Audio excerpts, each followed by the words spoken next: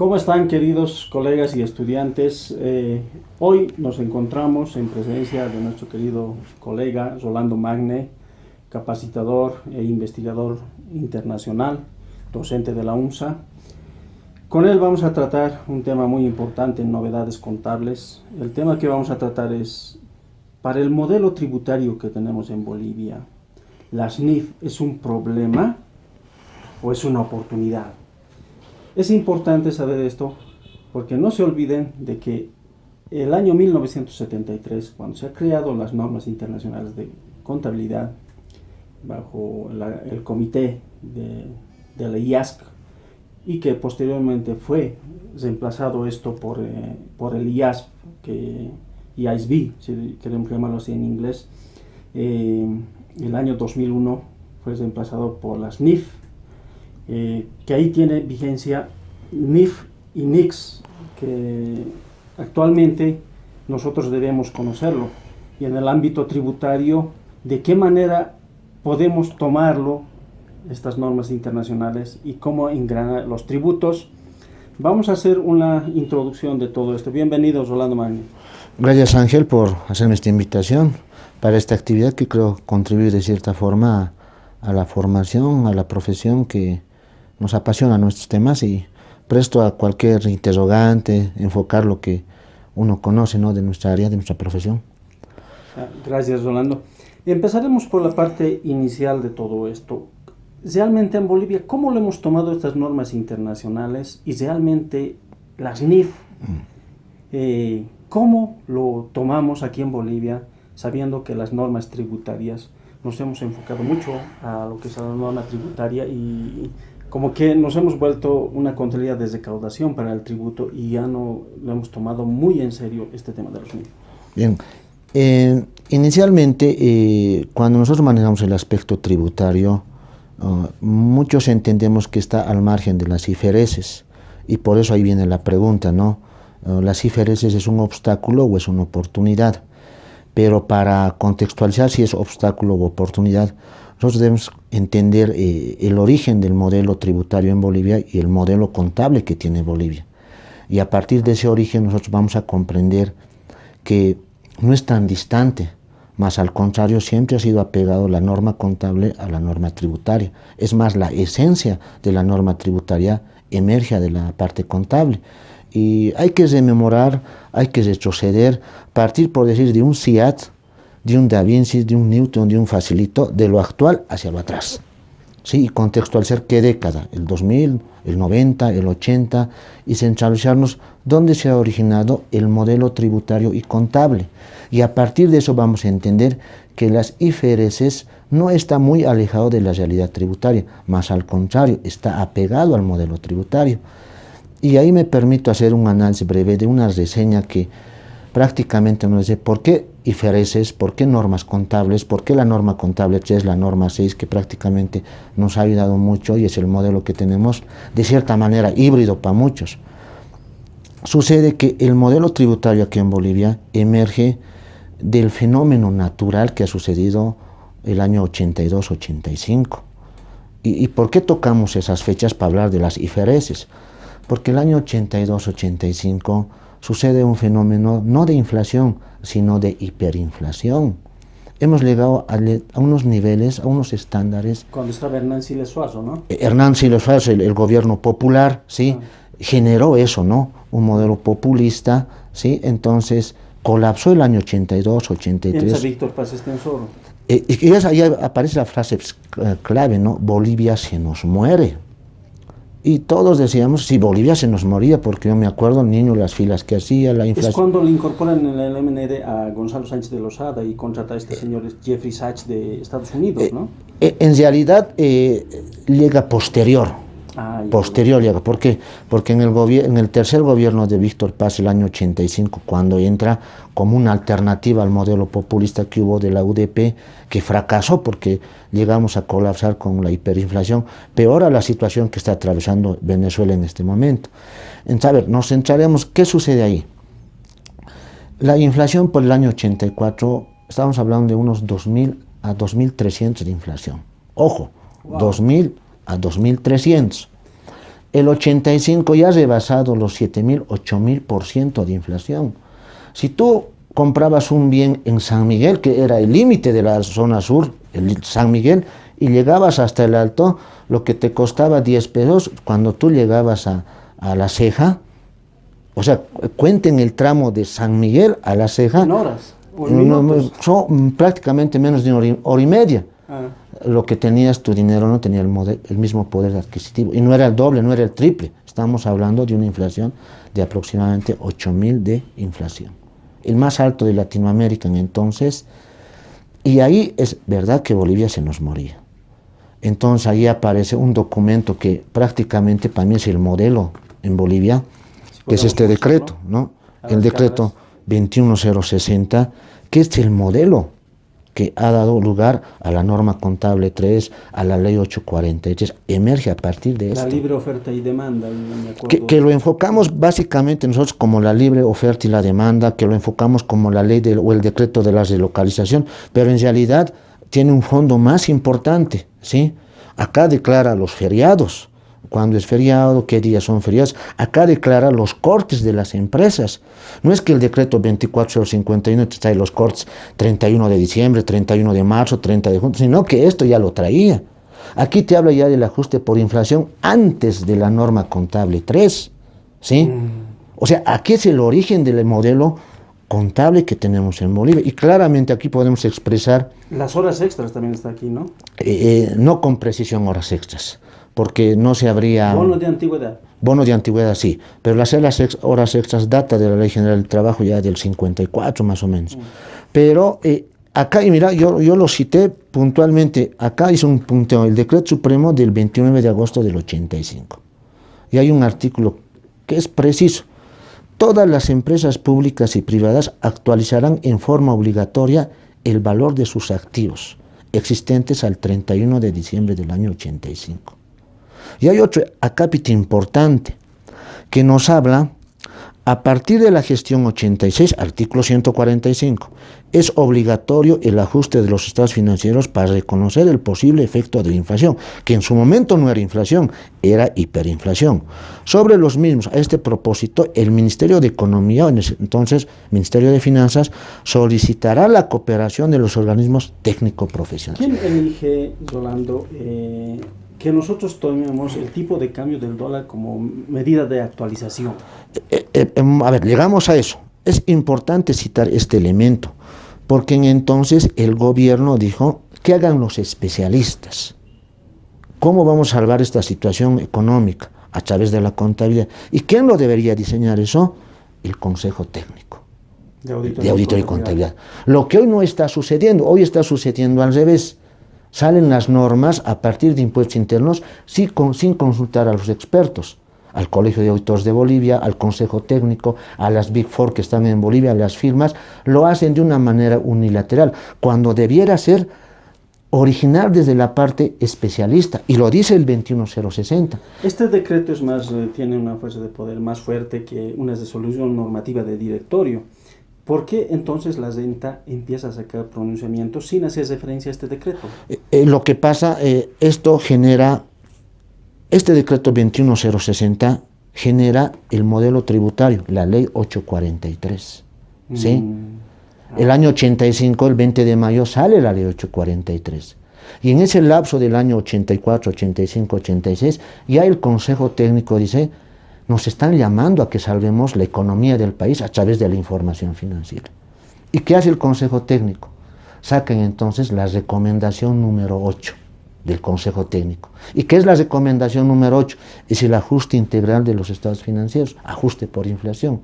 Sale como recomendación. Luego se hace un tratamiento y se sanciona como decisión el año 85. Se aprueba. Tenemos que aprobar, y siempre hay las disputas, quiénes están de acuerdo, quiénes no están. Recuerdo que entonces el profesor Enrique Pozo estaba, que había discutido la norma y algunos que no estaban de acuerdo, ¿sí? El año 85 sale, a consecuencia de este decreto, el modelo tributario. Se sanciona la norma contable 3, entonces era la decisión 6, la norma 3 viene del año 94. Sale la ley 843 como una salvación a nuestra economía. Y ahí aparece el modelo tributario. Lo que tú me quieres decir es de que hemos adoptado un modelo tributario norteamericano que estaba bajo un enfoque sobre normas contables americanas. No sé si lamentablemente o no, o sea, porque ¿qué pasa? Como el país se caía y nuestros principales financiadores en entonces era el Fondo Monetario, el Banco Mundial, entonces querían ayudar al país. Acá ya emerge la capitalización. Todos piensan que la capitalización emerge el año 94, no. Aquí es el origen. Es el origen. Si leemos, aquí habla de la capitalización. Ya Víctor Paz decía, como Bolivia se nos moría, las empresas no tenían capital. Entonces el origen para la capitalización. Y el Banco Mundial manda ciertos estándares, que es la ley 843. ¿Sí? Esa ley 843, en entonces teníamos pues como 50 a 100 formularios para tributar manuales. Con la ley 843 solo tenemos RC, IVA, IT, IC, todos los impuestos que conocemos a la fecha, que son los mismos y que no se ha aumentado. Vamos a la segunda etapa de esto, cuando sufrió este quiebre, ¿no? Cuando el dólar, en vez de subir, tiene la tendencia a bajar. Esto pasa generalmente desde el año 2005, 2006, 2007 y el 2008, sí. Donde el 2008 ya el Consejo Técnico de Auditoría y Contabilidad se pronuncia, ¿no? Sí. El 2008 cambia dos normas, la norma contable 3 y la norma contable 6. Y los compara con la NIC 21 y la NIC 29, ¿no? Entonces se adopta algunas cosas y se da una característica boliviana, más o menos, en el tema contable. Cuéntanos, ¿cómo es esta figura? A ver, la figura es, voy a seguir sosteniendo. Miren, el año 85-86 se genera el IRPE, ¿sí? Y el IRPE no era una norma atractiva para los inversores, para los que iban a capitalizar. El IRPE es la renta presunta para empresas, ¿no? Sí, el IRPE, lo que hoy es el impuesto a las utilidades, en entonces era el IRPE. Entonces, la norma como tal, decisión 6, lo que tú me hablabas, sale a consecuencia del 21060 y el modelo tributario. ¿Qué pasa? La norma contable, la decisión 6, norma contable 3 de entonces, manejaba en función de este decreto y el decreto 2451 que aparece el año 94, ¿qué manejaban? Que la actualización en entonces, que sale como decisión 6, era para contrarrestar, ¿qué cosa? La hiperinflación. Esta norma sale como un paralelo a la NIC 29. Exacto. ¿Por qué? Porque estábamos en una situación de hiperinflación y acá recomienda que se utilice una medida de patrón para actualizar el IPC. Pero en entonces el IPC tardaba mucho. El IPC de febrero salía en mayo, ¿sí? Sí. Entonces, y la información tiene que ser oportuna. Exacto. ¿Qué sucede? Dicen, manejaremos una moneda estable. En entonces el dólar. O el IPC o una moneda estable. Y tercera opción, indexación. Lo que nunca hemos hecho en Bolivia, indexar. Explícales un poco de la indexación. Lo que pasa, el IPC es un indicador mundial que todos los países lo tienen, pero en Bolivia es tardío y hoy no es fiable. Peor, antes demoraba y hoy no es fiable, ¿sí? Porque está en función de los incrementos salariales y conocemos toda la historia. Entonces ahora el dólar se ha quedado, ¿sí? Lo han estancado. Cuando el euro sigue subiendo y el dólar está estancado en Bolivia como si fuésemos una isla, cosa que no es así. ¿Qué pasa? Entonces la norma manejaba el dólar y el dólar desde el año 85-86 siempre tiene una subida. Hemos llegado a estar hasta 8, ¿sí? Exacto. Entonces el dólar llega al 2007 con 8, ¿sí? Y el gobierno comienza a estancar el dólar, ¿sí? Entonces ya no teníamos una medida de ajustar por inflación en función de una moneda cercana y estable que es el dólar. Entonces se opta ¿qué? Aplicar las UFBs. Las UFBs, ¿cuándo emergen? Emerge el 2001. Pero su objetivo de las UFBs no era actualizar, y es más, la norma contable 3 no habla de las UFBs. Estaríamos vulnerando la esencia de la contabilidad. Pero por una forma. Hay una cosa, yo me acuerdo que desde el año 2003, Impuestos Nacionales Sí. ya empieza a aplicar las UFBs como medida de actualización Claro. para sus multas, accesorios, por omisión del tributo, ¿no? Sí. Es que las UFBs tenían un comportamiento distinto, de subida. Y eso beneficia por el tema de la multa, por el tema de actualización, en favor del Estado. En cambio, el dólar era variable. Entonces decían, no, acá nos conviene captar más impuestos. ¿Y cuál es el medidor mejor? Para eso, la UFB. Y a partir de eso nosotros tenemos una contabilidad UFBizada, distorsionada, irreal, ¿sí? Y nos hemos acostumbrado a aplicar las UFBs. Y a mí me agradó, a lo que tú decías, Ángel, me agradó el trabajo que yo lo conozco de don Víctor Peláez. Revisan la norma contable 3, la decisión 6 del año 85, la recomendación 8 que ha sufrido mucho, y la norma contable 3 revisada en septiembre. Si tiene bien la misma esencia, tiene dos fondos: el tratamiento de las cuentas contables del ajuste de capital, el ajuste de cuentas patrimoniales, ¿sí?, las reservas patrimoniales, y elimina de plano el ajuste global del patrimonio. Todos los contadores nos habíamos guiado a ese cambio, pero en realidad la esencia de esto no era esa. La esencia es lo que hace un momento tú decías, y acá lo vamos a citar con precisión. ¿Qué nos decía? Nos decía don Víctor Peláez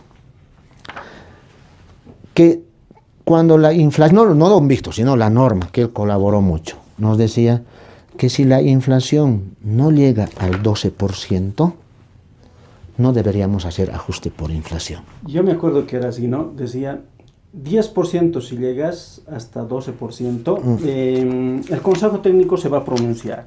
Bien. Si pasas el 12%... recién ajustas. Pero nosotros nos habíamos mecanizado y UFB, ¿por qué? Porque una norma, una resolución normativa del Servicio de Impuestos Nacionales dice, usted debe actualizar. Y mira, nos hemos acostumbrado y mecanizado. Dice, no, esta norma establece la tasa anual 12 últimos meses de inflación de aproximadamente 12% más, calculada en base a un índice general de precios confiable o en circunstancias especiales la variación de la moneda nacional con relación a una moneda extranjera relativa estable, para considerar que los estados financieros requieran ser actualizados o reexpresados. Al respecto, mira, esta parte clave. Para la aplicación del ajuste de estados financieros a moneda constante, este Consejo necesariamente debe pronunciarse mediante una resolución en forma oportuna. Mientras tanto, los estados financieros no serán actualizados. Claramente dice la norma contable. ¿Por qué?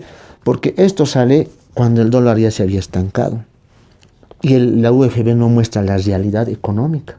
Y la norma internacional, ¿qué te dice? La esencia antes que la forma. Exacto. Y la esencia, ¿qué es? La realidad económica. Las UFBs no expresan la realidad económica. De tal forma que yo me atrevo a decir categóricamente que todos los estados financieros en Bolivia no son imagen fiel. ¿Sí? Wow. No son imagen fiel. Es doloroso. ¿Por qué? Porque a partir de las UFBs todos actualizamos caballos cocheros y el índice, y es más, nos creemos grandes contadores porque actualizamos el activo fijo, actualizamos el patrimonio, las cuentas de resultado, cosa que totalmente distorsionada. También la norma menciona de que tú puedes actualizar a valores corrientes. Claro. Y esto tampoco lo practicamos mucho. Sería muy ventajoso aplicarlo esto de valores corrientes. ¿Cómo se interpreta esto de valores corrientes? Ahora entramos a lo que hablamos, que las IFRS no es un obstáculo. ¿Por qué? La NIC 2, que ha sufrido muchos cambios, ¿no? La NIC 2 reconoce valores corrientes, valores netos de realización, costo de reposición. Y lo mismo reconoce el decreto 24051 en la ley 1606. ¿Sí? Reconoce lo mismo. Y la norma contable 3 también reconoce lo mismo. O sea, ¿por qué decimos que la norma tributaria es distinta? Ese segundo punto lo pasaremos en la segunda parte de esta entrevista. Vamos a hacer una pausa y en la segunda parte nos vamos a dedicar a este tema de que no es un obstáculo. No es. El tema tributario. No es. Las NIF en Bolivia ya están. Continuamos.